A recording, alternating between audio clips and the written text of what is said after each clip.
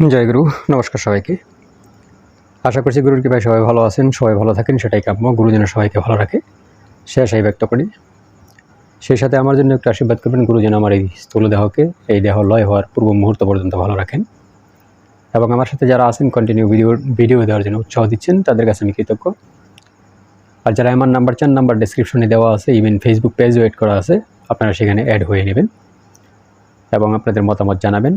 বেশি প্রয়োজন পড়লে আপনারা আমাকে প্রথমত মেসেজ করবেন, তারপরে পরবর্তীতে ফোন করবেন। এই হলো কথা। এখন আসি, আজকে মুদ্রা নিয়ে কথা বলবো। মুদ্রা নিয়ে কথা বলার কারণ আছে, অনেকেই অনেক তপজপ করেন, তাদের মুদ্রা সম্বন্ধে জিজ্ঞেস আছে, অনেকেই অনেক কমেন্টস করেছেন, অনেক প্রশ্ন করেছে। তো সেই ক্ষেত্রে অনেকে অনেক সময় অনেক সাধনা করতে যান, অনেকেই তন্ত্রমন্ত্র করেন এবং তারা তাদের ভয় কাজ করে, ভয় লাগে। অনেকের এমনিতেও ভয় লাগে, মনে অশান্তি থাকে। সেই ক্ষেত্রে যে কোনো কাজ করতে গেলে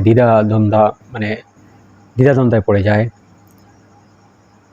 কোনো বিষয়টা তারা পরিপূর্ণভাবে মানসিক যে একটা শান্তি, সেই মানসিক শান্তি নিয়ে কাজটা করতে পারে না। সে যে কাজটাই করতে যাক না কেন, তার হেজিটেশন লেগে যায়। তো এই যে হেজিটেশন লাগা এবং কোথাও যে কথাবার্তা বলা, কোনো কাজ করা বা ভয় কাজ করা, প্রতিনিয়ত সংশয় কাজ করা, এই সমস্ত জিনিস থেকে মুক্তি পাওয়ার জন্য কি মুদ্রা করা প্রয়োজন, এরকমই কোশ্চেন করেছেন একজন। তো দেখুন, সাধনা করতে গেলে সাধনার একটা প্রসেস আছে। সেটা কি, যদি আপনার কখনো কোনো সাধনা করতে চান, আপনার ভয় অনুভূতি হয়, তাহলে তো আপনাকে আগে নির্ভয় অর্জন করতে হবে।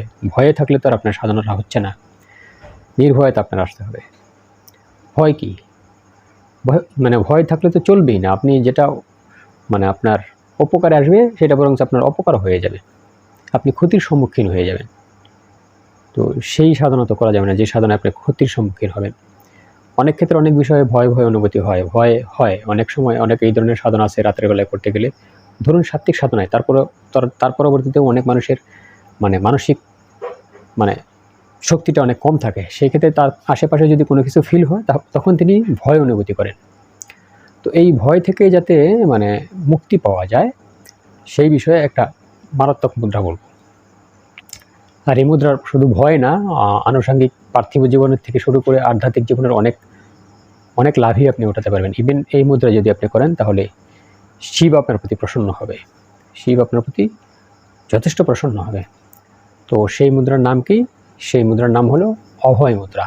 আপনারা জানেন, অভয় মুদ্রার নাম শুনেছেন, কিন্তু অভয় মুদ্রার যে ব্যবহার প্রণালী এবং অভয় মুদ্রার যে করার প্রণালী, সেটা অধিকাংশ ক্ষেত্রে ইউটিউব থেকে দেখা যায় শাস্ত্র মতো নয়, সেটা ভুল বোঝানো হচ্ছে।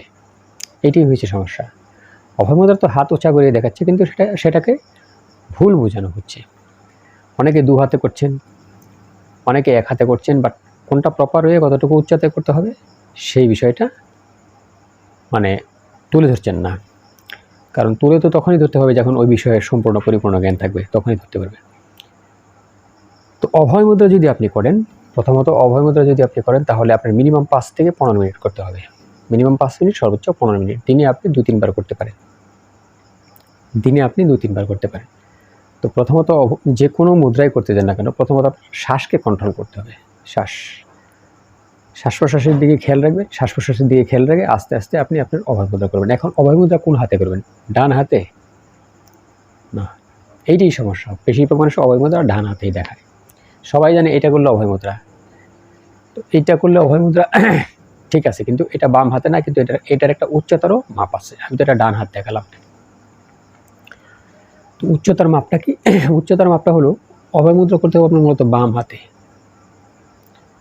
বাম হাতে করতে হবে। উচ্চতাটা আপনার হাতটা এরকম থাকবে, আমি এইখানেই দেখাচ্ছি। এই যে হৃদয় আছে না, হৃদয়, বাম হাতটা আপনার হৃদয় পর্যন্ত উচ্চতা থাকবে, এরকম। ঠিক আছে, আপনার হাতটা এটা এরকম থাকবে, হৃদয় পর্যন্ত উচ্চতা থাকবে, এইখান পর্যন্ত। এই হাতের এইটা হৃদয় পর্যন্ত যাতে থাকে। হৃদয় পর্যন্ত থাকলে হাতের এই কবজিটা হৃদয় পর্যন্ত, আমি তো ক্যামেরায় দেখাতে পাচ্ছি না, তবে হাতের এই কবজিটা এখানটা উচ্চতা যেন হৃদয় পর্যন্ত থাকে, আপনার বাম সাইডের হৃদয় পর্যন্ত। এইটি হচ্ছে মেন কাহিনী। বাম হাতে অভয় মুদ্রা প্রয়োগ করতে হবে, ডান হাতে নয়। শাস্ত্র তাই বলছে বাম হাতে করার জন্য। যদি আপনি এইভাবে 5 থেকে 15 মিনিট করেন, আপনি নিশ্চিত রূপে বেশ কিছুদিন করলে আপনার মানসিক যে বিকারগ্রস্ত এবং মানসিক দুর্বলতা, আপনি এইটা সেটা যা করতে ভয় পান, আপনি কোথাও কথাবার্তা বলতে ভয় পান, ইভেন আপনার বাক শক্তির উপরে বিশাল প্রভাব ফেলবে এই অভয় মুদ্রা।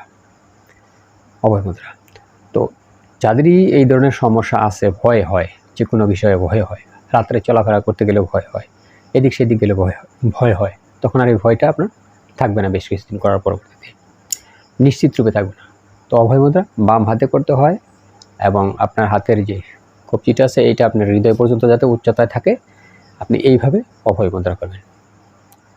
যে কোনো আপনি যে আসনে বসতে চান, আপনার যেটা কমফোর্টেবল মনে হয়, যেটা আপনার সুবিধাজনক মনে হয়, আপনি সেই আসনে বসেই আপনি অভয় মুদ্রা করবেন।